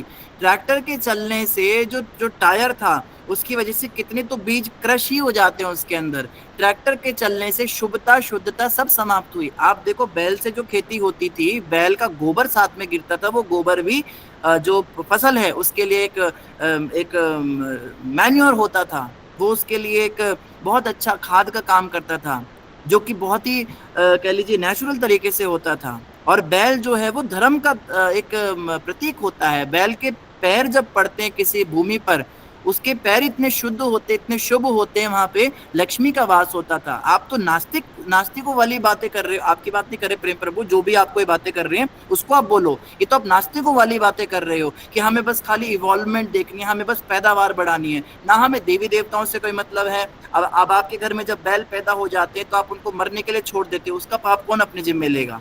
वो बैल खेती कराता था। बैल हमारा पिता के समान है, गाय हमारी माता के समान है। पिता वो होता है जो हमें अन्न कमा के खिलाता है, उगा के खिलाता है। तो बैल हमें अन्न उगा के खिलाता था। माँ वो होती है जो हमें दूध पिलाती है, तो गाय हमें दूध पिलाती थी। तो पिता को तो आपने मार फेंक दिया, गाय को आप फेंक नहीं पाए, क्योंकि गाय का जो दूध है वो आप मशीन में बना नहीं सकते, उसके लिए आप ट्रैक्टर को रिप्लेस नहीं कर पाए। हालांकि आधुनिक लोगों ने वो भी कर लिया, सर्फ से, शैम्पू से अब दूध भी बनाना शुरू कर दिया, तो अब गाय को भी मार जो है फेंकना शुरू कर दिया लोगों ने। तो माता पिता के साथ ऐसी क्रूरता करने के ये रिप्लेसमेंट नहीं होना चाहिए। आप देखिए, जब फैक्ट्रियां हुई थी, जब इंडस्ट्रियल रिवोल्यूशन आया था भारत में, कितने सारे ये स्मॉल स्केल इंडस्ट्रीज के लोग थे जो ये जुलाहे होते थे, अपने हाथों से हैंडीक्राफ्ट्स बनाते थे, जो ये शॉले वगैरह बनाते थे, इन सब की जॉब खत्म हुई। उस समय पे बहुत बड़ा रेवोल्यूशन आया था। रेवोल्यूशन तो आ गया, आपको तो फायदा हुआ, लेकिन उस रेवोल्यूशन के चक्कर में कितने लोगों के घर भूखे मरे, कितने लोगों ने आत्महत्या करने की कगार आ गई थी। फिर अपने बच्चों को उन्हें जबरदस्ती स्कूलों में भेजना पड़ा, और स्कूलों में भेज के आज उनके बच्चे फिर बेरोजगार घूम रहे हैं। अगर वो बच्चे अपने पिता का ही कार्य आगे बढ़ाते, और उस सामान में क्वालिटी होती थी, उसमें किसी की मेहनत होती थी, उसमें किसी का प्रेम होता था, कोई प्रेम से उसको बनाता। मशीन के अंदर, मशीन से कभी भी भावनाएं नहीं निकल सकती। मशीन के द्वारा रिप्लेस करना ह्यूमन रिसोर्सेज को या एनिमल रिसोर्सेज को, ये कभी भी इवॉल्वमेंट का कोई साइन नहीं है। ये सीधा सीधा साइन है नास्तिकता का, नास्तिकवाद का। ऐसे काम मशीन से कराना जो मनुष्य नहीं कर सकता, वहां तक समझ में आता है। लेकिन जो काम मनुष्य कर रहे हैं, जो काम पशु कर रहे हैं, उनकी नौकरियां खत्म करके आप उसकी जगह मशीन लाके उनको दर दर भूखा मरने के लिए, भटकने के लिए छोड़ रहे हो, ये क्रूरता का एक उदाहरण है। तो इसको भी इवॉल्वमेंट जो है नहीं कहा जाएगा। आप ऐसे देशों में ट्रैक्टर ले जाओ जहाँ पे गाय भैंस होते ही नहीं है, जहाँ बैल होते ही नहीं उनको खेती कराने के लिए मदद मिलेगी। लेकिन जहाँ पे ऑलरेडी इतनी सभ्यता है, जहाँ पे देवी देवताओं का वास है उस बैल के अंदर, और वो खेतों में घूम रहा है, समस्त शुभता लक्षण वहां पे आ रहे, उसको हटा के आप एक लोहे की मशीन को लाके और घरों से देखिए, उसके बाद क्या हुआ, रीति नीति सब चली गई, सब धर्म की शिक्षाएं चली गई। तो ये सब चीजें जो है ये कह लीजिए कि एक दैवी योजना भी देखनी होती, वो एस्पेक्ट भी देखना चाहिए, स्पिरिचुअल एस्पेक्ट भी देखना चाहिए। हम केवल मटेरियल एस्पेक्ट देखते हैं कि अब हमें उनको चारा नहीं खिलाना पड़ेगा। तो चारा नहीं खिलाओगे तो तेल तो डालोगे, फ्यूल तो डालोगे, दुनिया भर का वो इतना महंगा खरीदोगे। तो ये जो है ये कोई अच्छा इवॉल्वमेंट नहीं है। ये उन देशों में अच्छा माना जा सकता है जहाँ पे कुछ और है नहीं ऑप्शन, लेकिन जहाँ पे हमारे पास एक अच्छा ऑप्शन है तो वहां पे हमें इसको नहीं लाना चाहिए ऐसा। जी प्रभु जी। धन्यवाद। श्यामा माता जी।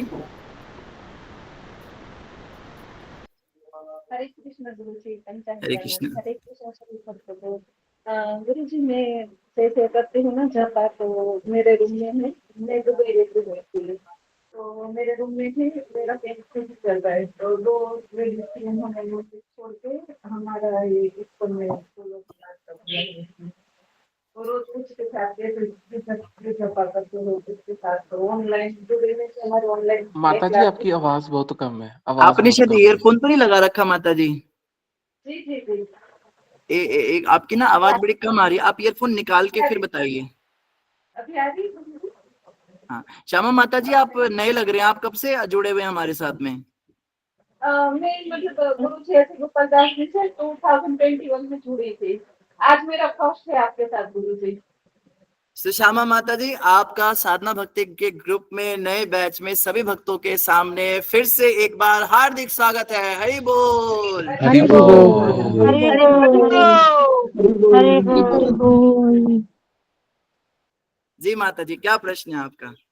नहीं प्रश्न नहीं था गुरु जी, ऐसे मैं खुद दुबई रहती हूँ, तो मेरे रूम में दो है, मेरा पीछे चल रहा है, तो वो लोग मुझे छापा, हम दुबई में भी ऑनलाइन छापा हमारा सब करते हैं सुबह 4:30 बजे, तो दोनों लेडीज ने नॉन वेज छोड़ के रोज हमारा देख के मैं रोज करती हूँ, तो दोनों ने नॉन वेज टोटली छोड़ दिया और हरि हमारे बोल, वेरी गुड, बहुत बढ़िया। लोगों के नॉनवेज छुड़ाओ, लोगों को नर्क जाने से बचाओ, यही सबसे बड़ा काम है। ये बहुत अच्छा काम कर रहे हैं आप, धन्यवाद, बहुत बढ़िया काम। देखो श्यामा माता दूसरों के नॉनवेज छुड़वा रही हैं, तो कृष्ण भगवान की विशेष कृपा जिसके ऊपर होती है उसी से भगवान काम लेते हैं। तो सभी वक्त प्रचार करो अब इस चीज का, खाली भागवतम सुन के और हम कहें हम तो प्रभु जी हम अच्छे बन रहे हैं बस वही बहुत है, नहीं, ये जो भागवत हम सुन रहे हैं इसको आगे भी लोगों के पास पहुंचाना है और लोगों के ऊपर भी अप्लाई कराना है। बहुत अच्छा लगा श्यामा माता जी सुन के, धन्यवाद। आप इसी प्रकार से लगे रहे प्रचार में, और आप हर दिन आया करो, डेली आया करो आप क्लास में, ठीक है? रोज कोशिश करूंगी, हाँ डेली ज्वाइन करना। धन्यवाद माता जी। हरे कृष्ण। जी सुमित। हरे कृष्ण प्रभु जी, दंडवत प्रणाम प्रभु जी। प्रभु जी मेरी आवाज आ रही है, ठीक से आ जी रही है क्या? सुमिता माता जी। हाँ, तो मेरा भी क्वेश्चन ऐसे ही था, जैसे कि जो प्रचार करने के लिए आपने बोला ना, तो जैसे कि हम लोगों के व्हाट्सएप पे प्रोफाइल पिक्चर होता है, तो अगर हम भगवत गीता का कोई श्लोक और उसका जो भावार्थ होता है ना, मतलब उसको डाल दें, जो कि ऐसा भगवान ने कुछ बोला हो कि ये नॉनवेज नहीं खाना चाहिए लोग, क्योंकि बहुत लोग बोलते हैं ना कि भगवान ने कौन से कहाँ बोला है, कौन सा श्लोक में बोला है, तो हमें पता नहीं है, उसका नॉलेज नहीं है, तो थोड़ा सा ना भागवतम या भगवद गीता को कुछ श्लोक बता दीजिए, जो कि ना मैं हर बार प्रोफाइल पिक्चर अपना वैसे ही चेंज करती रहूंगी, ताकि मेरे घर के परिवार वाले पहले वो छोड़े वो सब देख करके कि ये सब मतलब कि जो भी नॉनवेज खा रहे हैं, क्योंकि 10 बार तो फोन करते हैं, तो 10 बार देखेंगे ना कि वो प्रोफाइल पिक्चर में क्या लगाया मैंने, तो वो देख करके थोड़ा सा उनको लगे कि हाँ भगवान ने बोला है ये, तो कम से कम 6 महीना साल भर कभी तो उनको लगेगा कि हाँ छोड़ना चाहिए, तो ऐसा बता दीजिए कौन सा श्लोक है। बहुत ही अच्छी बात कही सुमिता माता जी, और मुझे ऐसा लगता है कि प्रोफाइल पिक्चर्स देखना जो है थोड़ा सा आउटडेट हो गया। आजकल लोग स्टेटस बहुत देखते हैं, कई लोग फ्री होते हैं स्टेटस स्क्रॉल करते रहते हैं, तो स्टेटस पे हम इस तरह की वीडियोस, अब देखो ना कई लोग होते हैं जो किसी का स्टेटस देखकर एकदम से बदल जाते हैं। मुझे याद है कि मैंने एक स्टेटस देखा तो स्टेटस को देख के एकदम से मुझे इमोशंस क्रिएट हुए, हालांकि वो कुछ देर के ही होते हैं, लेकिन बार बार हैमरिंग होगी तो कहीं ना कहीं वो चीजें दिमाग में जाएंगी। तो ऑब्वियसली हम अपना प्रोफाइल पिक्चर भी चेंज कर सकते हैं, ऑब्वियसली वो बहुत अच्छा आइडिया है, और स्टेटस भी रेगुलर डालें। तो मैं आग्रह करता हूँ कि साधना भक्ति के ग्रुप में जो डिवोटीज हैं वो कोशिश करें कि कुछ प्रीचिंग वाले स्टेटस, कुछ 30 सेकंड्स के, कुछ मांसाहार के ऊपर या ऐसे कुछ डालें, और नीचे साथ में कैप्शन जरूर डालें कि प्लीज पुट ऑन स्टेटस, ऐसे करके आप लिखेंगे तो सभी भक्त उसको स्टेटस डाल लीजिए। इससे क्या होगा, ये स्टेटस डालने की जो आदत पड़ेगी हमें भगवान से रिलेटेड, अब हम कोई ब्रज की कहानियां, भगवान की कथाएं, लीलाएं सब डालते रहते हैं, तो कुछ हम प्रचार वाली चीजें भी डालें जो जो थोड़ी प्रामाणिक हो। भगवत गीता, जैसे माता जी कह रहे हैं भगवत गीता में भगवान कोई श्लोक बोल रहे हो, प्रभुपाद जी का कोई लेक्चर हो, वो चीजें आप डालना शुरू करें। और सुमिता माता जी आपने श्लोक पूछे भगवत गीता से, तो श्लोक जो है जरूर मैं आपको दूंगा, अभी तो थोड़ा सा समय का अभाव है। मैं आपको खूब सारे श्लोक जो हैं साधना भक्ति ग्रुप पे डाल दूंगा, कुछ फोटोज डाल दूंगा, इस तरह से आप उसको अपना डीपी लगा लीजिएगा, और इस तरह की वीडियोस सभी भक्त शेयर करें। और अलग अलग ग्रुप्स जो हैं वहां से कई तरह की वीडियोस डिवोटीज भेजते हैं, इस्कॉन के अलग अलग ग्रुप्स में आप ज्वाइन करें, वहां से वीडियोज उठाएं, और आप बहुत ज्यादा भी नहीं, आप दिन की एक या मतलब जो आपको लगे कि हाँ भाई अच्छी है, स्टेटस पे डालने लायक है, इस तरह के आप भेजा करें, तो सभी वक्त उसको स्टेटस लगाएं, और बिल्कुल उनके फैमिली के मेंबर्स या उनके फ्रेंड्स वगैरह उसको स्क्रॉल करेंगे तो उनको जरूर प्रेरणा मिलेगी। धन्यवाद जी सुमिता भाई, माता जी। धन्यवाद। धन्यवाद प्रभु जी। हरे कृष्ण। शिखा माता जी। हरे कृष्ण प्रभु जी, दंडवत प्रणाम। सबसे पहले तो मैं आपका धन्यवाद करूंगी कि आप इतने अच्छे लेक्चर दिए, और बहुत सी प्रेरणा मिली हमें, बहुत अच्छा लगा सुन के। शिखा भी सुन रही है और उसको भी अच्छा लगा होगा। प्रभु जी, एक बात बोलूंगी कि शिखा नॉनवेज के पीछे पागल थी, बहुत खाती थी, उसने भी 2 महीने से छोड़ रखा है, अभी हरि तक खाए नहीं। बहुत बोल। शिखा के लिए सभी हरि बोल करेंगे। हरि और बोल। हरि बोल, हरि बोल। हरि जब से मैंने ग्रुप ज्वाइन किया है, बोल। जब सुन से रही हो मैंने शिखा? ग्रुप ज्वाइन किया है, तो शिखा के पापा भी नहीं खाते, छोड़ दिए हैं। हरि मेरे बोल। पापा के लिए भी हरि बोल। और मेरे बगल हरि में कुछ लोग बोल। हैं, उन्होंने भी नॉनवेज खाना छोड़ दिया है। बगल हरि वालों के लिए भी हरि बोल। बोल। हरि बोल। हरि बोल। हरे कृष्णा प्रभु जी, आपका बहुत ही है। और आपने कोई वचन डाले थे, मतलब इसमें था साधना भक्ति में और इसमें, तो मैंने वो स्टेटस पे डाला था, बहुत जन ने लाइक किया था। आप प्रवचन दे रहे थे, कुछ अच्छी बातें बोले थे, मैंने स्टेटस पे डाल दिया था, मेरे अपने लिए भी ग्रुप में हरि डाला था। बोल। हरे हरि कृष्णा। हरि बोल। बोल। दंडवत प्रणाम प्रभु हरि जी के। बोल, हरि बोल। धन्यवाद, प्रणाम, धन्यवाद सुनीता माता। ऐसे ही आप स्टेटस वगैरह डालते रहा करो, और कोई ना कोई देख के लाइक करेगा, कोई ना कोई कहीं ना कहीं बदलेगा, तो हमें जो है बस डालते रहना है। हमें नहीं पता कौन कौन देखता है स्टेटस, कौन कहाँ से बदल जाए, सभी वक्त लोग डालते रहे। धन्यवाद माता जी। ठीक है, हाँ बेबी माता जी।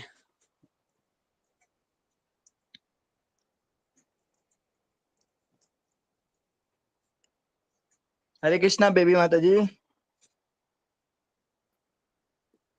हरे कृष्णा प्रभु जी, मैंने सुना नहीं, क्षमा कीजिएगा। हरे कृष्ण। दंडवत प्रणाम कोई सभी बात को। नहीं प्रभु जी। जी, आपने एक टीपू सुल्तान का नाम लिए कि वो नहीं खाते थे, वो थे और बहुत क्रूर थे। मैंने तो उसमें थोड़ा क्लियर करना चाह रही थी कि बोल, वो तो मैंने कितना मतलब साउथ में मैंने बहुत टीपू ज्यादा सुल्तान का या टोडरमल कहा? अत्याचार भी किए, मंदिरों को उन्होंने जितना ध्वस्त किया उतना किसी ने नहीं, और वो तो एक मुस्लिम शासक थे। वो क्षमा कीजिएगा, मेरे मुंह से टंग स्लिप हो गई, मैंने टोडरमल बोलना था।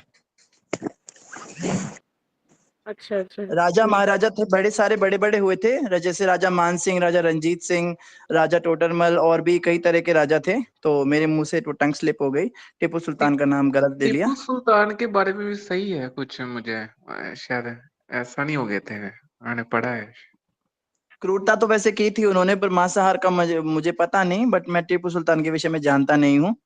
तो मुसलमान तो खाते ही, मुसलमानों को तो धर्म ही है, मांसाहार से शुरू होता है, और मध्य ये स्त्री संग और ये सब चीजें, बहन बेटी माँ मौसी फूफी, सब तो उनका कोई भेद ही नहीं होता उनके अंदर, उनका तो मतलब उनका धर्म ही ऐसा है, तो उनके विषय में क्या ही उनसे एक्सपेक्ट किया जाए। पर हाँ, सनातन धर्म के अंदर अगर कोई खा रहा है, उसको हम बदल सकते हैं, उसको हम भगवत गीता से कुछ श्लोकों के हवाले दे सकते हैं, उनको कुछ उदाहरण देके हम सुधार सकते हैं, उनको तो हम समझा सकते हैं कम से कम। जी प्रभु जी, और कल एक सत्र आपने लिए, तो मैंने लास्ट में ज्वाइन किया था 8:30 बजे के बाद वो जूम ऐप में। तो वो किस हाँ चीज जी। का वो था प्रभु जी? आपने जिसमें लास्ट में कुछ मतलब दूसरे ग्रुप से शायद कुछ भक्त ने क्वेश्चन भी किए थे, तो मैंने वो सत्र लिया था आधा घंटा। तो इसमें क्वेश्चन आंसर बहुत परफेक्ट और बहुत सटीक आंसर थे। आपका क्लियरनेस, जो आपका वो स्पष्टीकरण बहुत अच्छा था।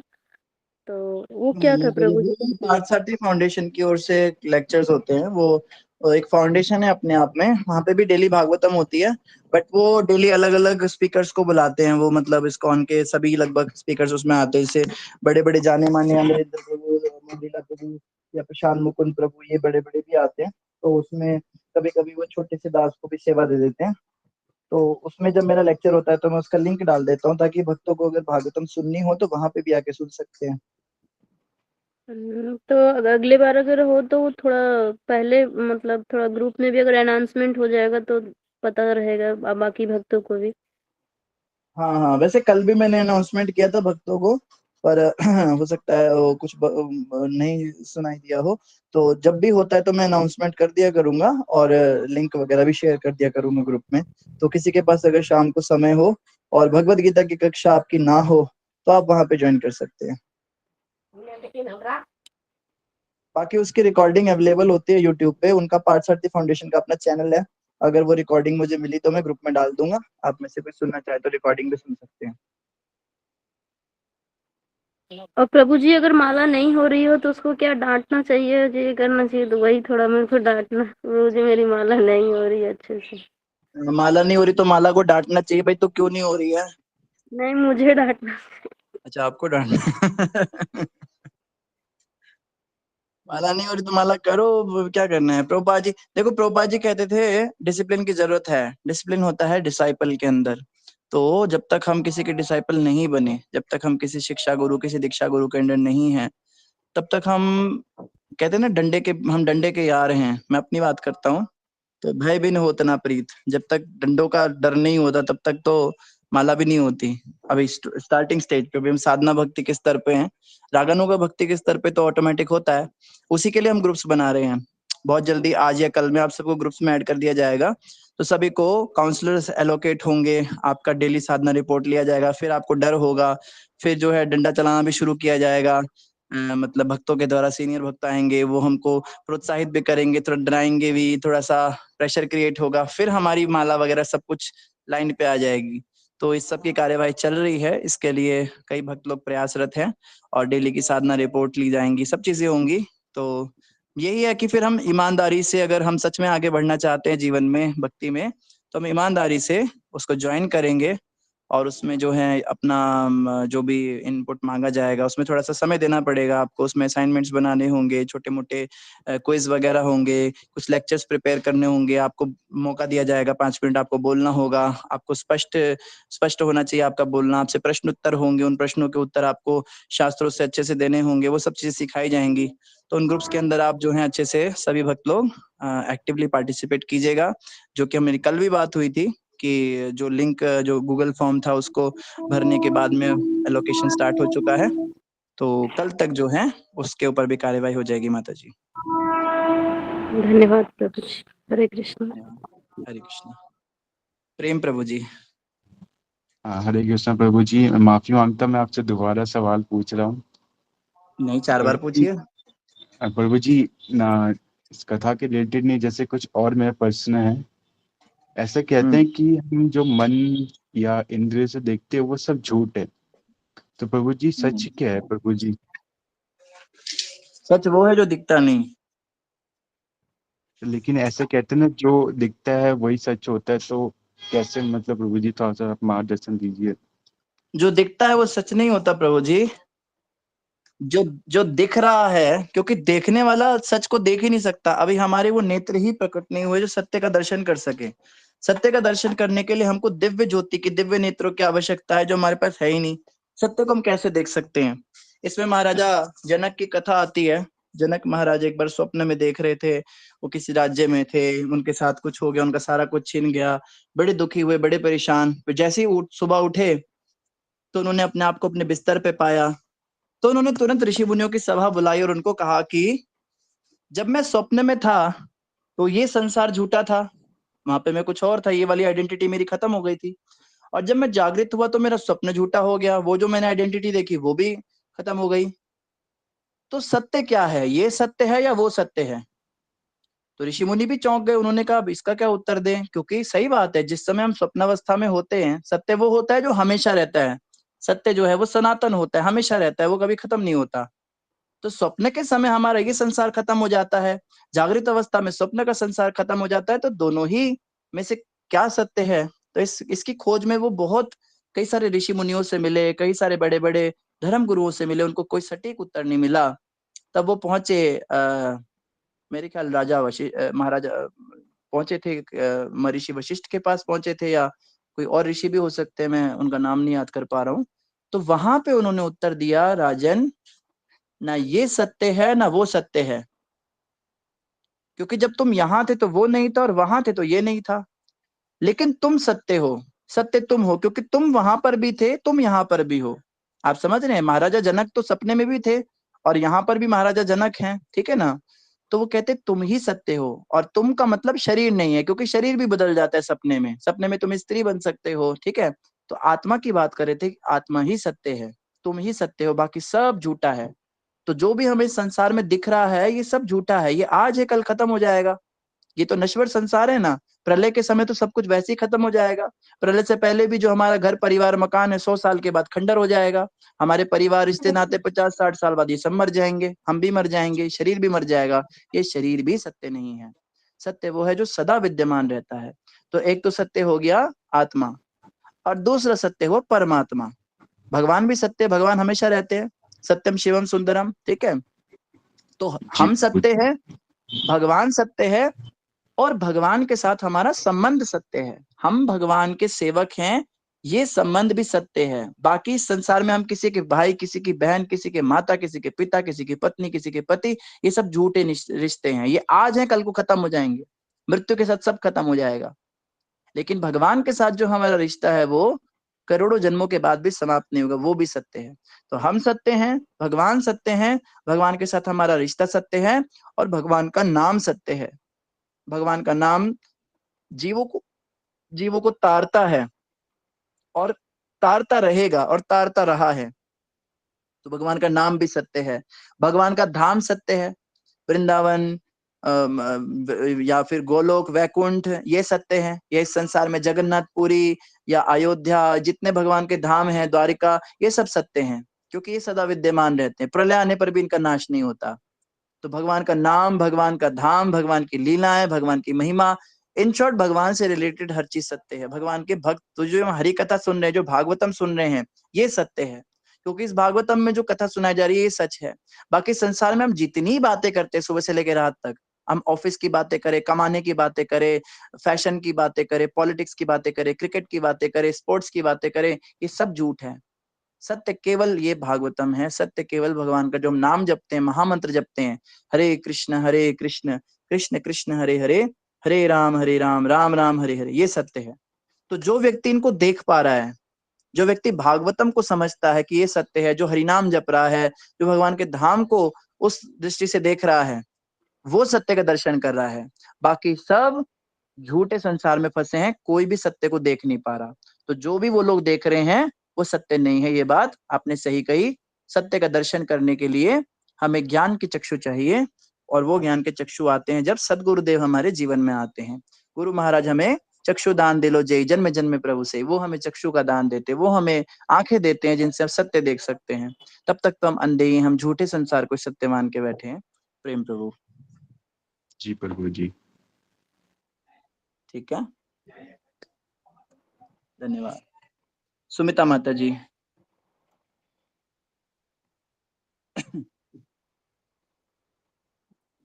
हरे कृष्णा प्रभु जी, दंडवत प्रणाम। ये प्रभु जी मेरे को लास्ट में ही बोलना है, मेरे को एक ठीक है, प्रार्थना ठीक है, करवाना था, एक अनाउंसमेंट था, तो मैं लास्ट में ही बोल देती हूँ प्रभु जी। ठीक है माता जी। वृषाली माता जी। हरे कृष्ण प्रभु जी, आपके चरणों में प्रणाम, सभी भक्तों को प्रणाम। प्रभु जी, मुझे जो भक्ति के प्रकार होते हैं उसके बारे में जानना है, किसके तो आप प्रकार? इसके विस्तार, जैसे मैंने सुना है गुणीभूत भक्ति होती है, केवला भक्ति, प्रधानीभूत भक्ति, तो ये क्या है प्रभु जी? इसके बारे में थोड़ा विस्तार से मुझे बताइए, और ये कैसे प्राप्त होती है, इसके लक्षण क्या होते हैं प्रभु जी? नाम कई सारे दिए जाते हैं, पर मुख्य रूप से दो ही प्रकार की भक्ति होती है। एक सकाम भक्ति होती है और एक निष्काम भक्ति होती है। सकाम भक्ति होती है जिसमें भक्ति करके हम बदले में कुछ चाहते हैं भगवान से, और एक होती है निष्काम भक्ति जिसमें हम भगवान से कुछ नहीं चाहते, हम भगवान को ही चाहते कि बस भगवान हमारे साथ रहें, ठीक है ना। तो उसी को शुद्धा भक्ति कहते हैं, उसी को केवला भक्ति कहते हैं, उसी को अनन्य भक्ति कहते हैं। उसके कई सारे नाम हैं। तो अनन्य भक्ति या निष्काम भक्ति ये सब उसके नाम होते हैं। अब जो मिश्रित भक्ति है, मिश्रित भक्ति मतलब जिसमें सकाम इच्छाएं भी हैं, कर्म कांड भी हैं, मोक्ष की प्राप्ति की इच्छा भी है, स्वयं सुख की लालसा भी, सब कुछ है, उसको मिश्रित भक्ति कहते हैं। तो वो जो भक्ति है उसके कई सारे प्रकार होते हैं। उसमें पहले साधना भक्ति आती है। साधना भक्ति के स्तर पे जो है इंद्रियों की शुद्धि होती है, इंद्रियों को परिशुद्ध करने के लिए विविध प्रकार के नियम कायदे कानून होते हैं। फिर उसके बाद में वो रागानुगा भक्ति होती है, फिर उसमें आनंद आने लगता है, राग आने लगता है। लेकिन अभी भी स्वयं की सुख की कामना तो है। रागानुगा भक्ति में भी हम राग ले रहे हैं इसलिए भक्ति कर रहे हैं, तो कुछ लालसा उसमें भी रह जाती है। फिर भाव भक्ति और ग्रेजुअली प्रेम भक्ति जो है वो आती है, उसमें वो निष्काम हो जाता है व्यक्ति पूरी तरह से। उसमें स्व सुख की सारी इच्छाएं समाप्त हो जाती हैं। वृंदावन की जितनी भी गोपियां हैं उनके जीवन में कभी भी ऐसा क्षण नहीं आया कि उन्होंने कभी अपने सुख के बारे में सोचा भी हो। उन्हें कृष्ण के साथ रास भी नहीं करना, वो चाहती हैं बस राधा कृष्ण का रास हो, राधा कृष्ण मिले, राधा कृष्ण आनंद ले, राधा कृष्ण को भोग लगाया जाए, उनको चंदन अर्पित किया जाए, उनको मालाएं पहनाई जाए, उनके लिए सुंदर सुंदर कुंज निकुंज का सृजन हो, उनके लिए अथक प्रयास। और इस संसार में हमारे लिए क्या है? गुरु महाराज की प्रसन्नता, अपने गुरु को प्रसन्न करने के लिए अथक प्रयास। प्रभुपाद जी के शिष्य कहते थे हम दिन रात कड़ी मेहनत करके पुस्तक वितरण करते थे, मंदिर का निर्माण करते थे, डिटीज की सेवा करते थे, ये सब मेहनत करके, और अंत में हमें क्या मिलता था? प्रभुपाद जी की एक बड़ी सी स्माइल। प्रभुपाद जी बड़े प्रसन्न होते थे ये सब सेवाएं देख के। कहते थे बस उस स्माइल के लिए हम दिन रात अथक परिश्रम करते थे, बस एक प्रभुपाद जी की स्माइल हमारे कारण आ जाए, हमारा जीवन सफल हो जाता था। ये होती है शुद्ध भक्ति, ये होती है निष्काम भक्ति। तो हमारे लिए यही है कि हम गुरु की प्रसन्नता के लिए कार्य करें और स्वसुख की लालसा को त्यागें। हमारे को अच्छा लग रहा है, नहीं लग रहा है, अगर हमें कोई सेवा दी गई है अथॉरिटीज के द्वारा, गुरु के द्वारा कोई सेवा मिली है, तो फिर ये प्रश्न है कि हमें पसंद है नहीं पसंद है, उनकी प्रसन्नता के लिए स्वयं की प्रसन्नता का ध्यान ना रखते हुए भी कार्य करना, यही शुद्ध भक्ति, और इसी से हमारी शुद्धि होती है। वो सेवाएं करना हमें बहुत अच्छा लगता है जो जिन सेवाओं में हमारा मन लगता हो। कई लोग जो होते हैं उनको कुकिंग पसंद है, कईयों को लेक्चर करना पसंद है, कईयों को हरिनाम पसंद है, कईयों को बुक डिस्ट्रीब्यूशन पसंद, सबका अपना अपना नेचर है। लेकिन सेवा वो होती है जो गुरु हमसे कराना चाहते हैं, उससे हमारी शुद्धि होती है। तो ये जो है ये शुद्धा भक्ति है, यही हमें करनी है। अब फिलहाल के स्तर पे जो हमें गुरु ने साधना दी है, जैसे प्रभुपाद जी ने हमें 16 माला, 4 नियम इत्यादि ये सब साधनाएं दी हैं, तो उनकी प्रसन्नता के लिए हम इसका पालन करें। जी प्रभु जी, अभी दीक्षा होने के पहले कौन से गुरु से, मतलब कौन से गुरु?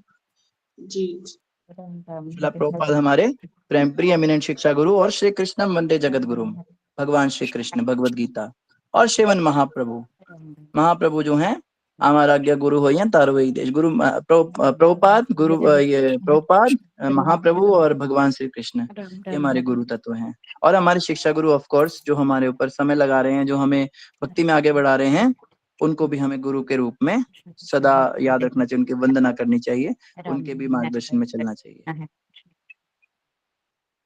जी जी प्रभु जी, थैंक यू प्रभु जी। हरे कृष्ण। ज्योति माता जी। हरे कृष्ण प्रभु जी, नाम से भक्त चरणों में दंडवत प्रणाम। प्रभु जी, जैसे प्रेम प्रभु जी ने क्वेश्चन पूछा था ना, हरे कृष्ण। मंजू माता जी आपका माइक अनम्यूट हो गया है। हरे कृष्णा। धन्यवाद। हाँ जी ज्योति माता जी। जी, उससे रिलेटेड क्वेश्चन है प्रभु जी। जैसे कि आप सत्य बता रहे थे ना, कि सत्य आत्मा के स्तर के वाला बता रहे थे जैसे आप, तो उससे आपने ये बताया था कि हमारे जो शारीरिक संबंध जितने भी हैं, कि चाहे पति पत्नी बहन भाई माँ बेटी जो जितने भी हैं, ये सभी झूठ है। अगर ये हमें जैसे भक्ति में आने से पता तो चल गया है कि हाँ ये झूठ है, पर लेकिन हमारा फिर भी इनसे अटैचमेंट कम नहीं हो पाता है। तो जैसे कि हम साधना करें, माला जप करें, तो जैसे कि मेरे किसी रिलेटिव को मेरी ज़रूरत है, तो उसको वहीं पे रखकर, माला को रख के, तो हम भाग दौड़े जाते हैं। तो इसको अटैचमेंट ही हुआ ना, तो वो कम नहीं हो पा रही है। तो हमें अटैचमेंट तो कम होनी चाहिए ना, कि हमारा जो रियल रिलेशन है वो तो सिर्फ भगवान कृष्ण और राधा रानी से है। तो ये जानने के बावजूद भी हम ये समझ नहीं पा रहे हैं, तो इसके ऊपर थोड़ा सा समझाएंगे प्रभु जी, कैसे अटैचमेंट पे कम होगी? हाँ, बहुत अच्छी बात की माता जी। अटैचमेंट कम होने का मतलब ये नहीं कि हम अपनी जिम्मेदारियों से भागें।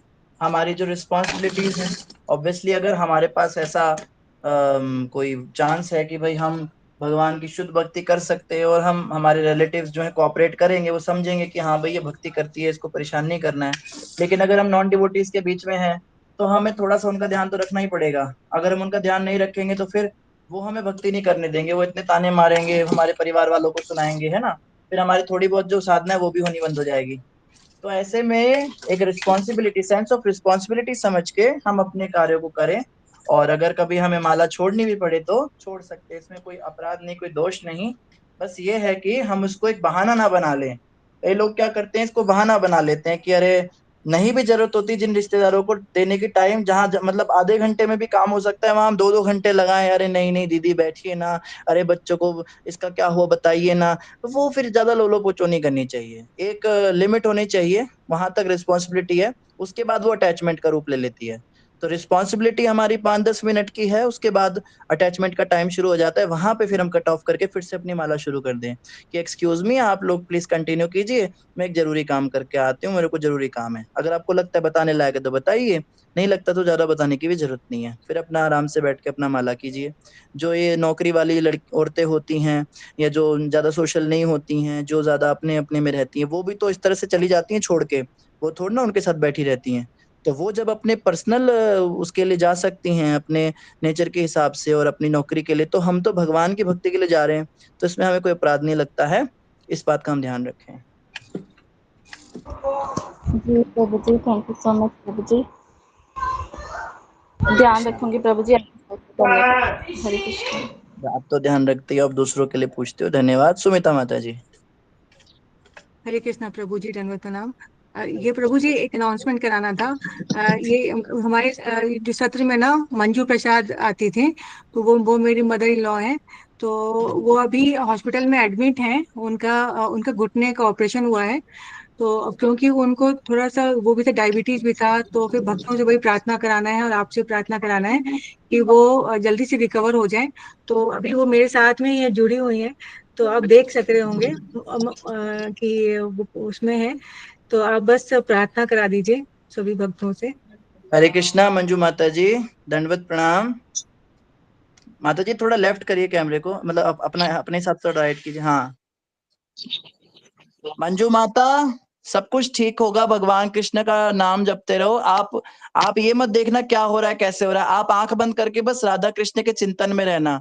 आप सब नरसिंह भगवान के चिंतन में रहना, आपने कुछ नहीं देखना बाहर कोई क्या कह रहा है, कोई क्या कर रहा है, क्या उठा रहा है, क्या कर रहा है। आप बस खाली भगवान का चिंतन करना, महामंत्र जपना, भगवान सब कुछ ठीक करेंगे। मंजू माता के लिए सभी भक्तों से प्रार्थना है, सभी आज एक एक माला एक्स्ट्रा करेंगे अपनी अपनी रूटीन की मालाओं से, और उस माला पे भगवान से प्रार्थना करेंगे कि मंजू माता का साथ दें भगवान। मंजू माता बहुत अच्छी भक्त हैं भगवान की, और बहुत साधना भक्ति ग्रुप में इतने एक्टिव हैं। सभी भक्तों को इनसे बड़ी प्रेरणा मिलती है। सभी भक्त एक एक माला करेंगे, और फिलहाल जो है मंजू माता के लिए प्रार्थना करते हुए सभी भक्त लोग एक एक महामंत्र का जाप करेंगे मेरे साथ। हरे कृष्णा हरे कृष्णा कृष्णा कृष्णा हरे राम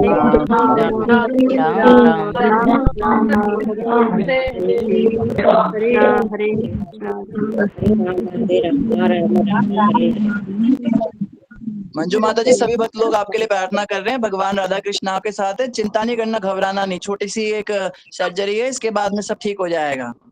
ठीक है, डर तो नहीं लग रहा आपको? सर्जरी हो गई है प्रभु जी, सर्जरी तो हो गई है, बस सब ना होने के रिकवरी बाद बाकी मैसेज है। कर रहे हो, होने से पहले करते ना, मैं इनको बताता डरना नहीं होता। अब तो सब हो भी गया। ले सब कुछ तो हो गया माता हैं? रिकवरी के लिए था कि अभी थोड़ा सा कॉम्प्लिकेशन था, तो फिर जल्दी से घर पे आ जाए, वो सब। ये तो ऐसे ही ठीक हो जाएगा, हो गया ना, मेन काम तो निकल गया ना। माता एकदम देखो हंस रही है, मस्त है माता, कोई टेंशन नहीं है, सब ठीक हो जाएगा, आ जाएंगी घर पे, कोई चिंता नहीं। ठीक है, भक्तों, धन्यवाद। अब आपने माला ये कहने के लिए नहीं करनी कि इनका अच्छे से ऑपरेशन हो जाए, ऑपरेशन हो गया, अब आपने माला ये कह के करने की रिकवरी हो जाए, ठीक है? हाँ नहीं जी तो जी प्रभु जी। हाँ, भगवान जो है वो कंफ्यूज हो जाएंगे। ऑपरेशन तो मैंने कर दिया, अब ये क्या कह रहे हैं? तो सही भक्त रिकवरी के लिए महामंत्र का जाप करेंगे माता के लिए। और मंजू माता जल्दी जल्दी घर पे आइए और फिर से ग्रुप को ज्वाइन कीजिए। हरे कृष्णा। हरे कृष्णा। हरे कृष्णा। हरे कृष्णा हरे हरे हरे राम ठीक है, राम धन्यवाद राम सुमिता माता, बहुत जल्दी से घर आ जाएंगे, कोई चिंता मत कीजिए। ठीक है, इन्हीं शब्दों के साथ सभी का धन्यवाद। धन्यवाद प्रभु जी। आदिनारायण प्रभु जी हैं। जी प्रभु जी, आपकी सेवा में हाजिर हूँ।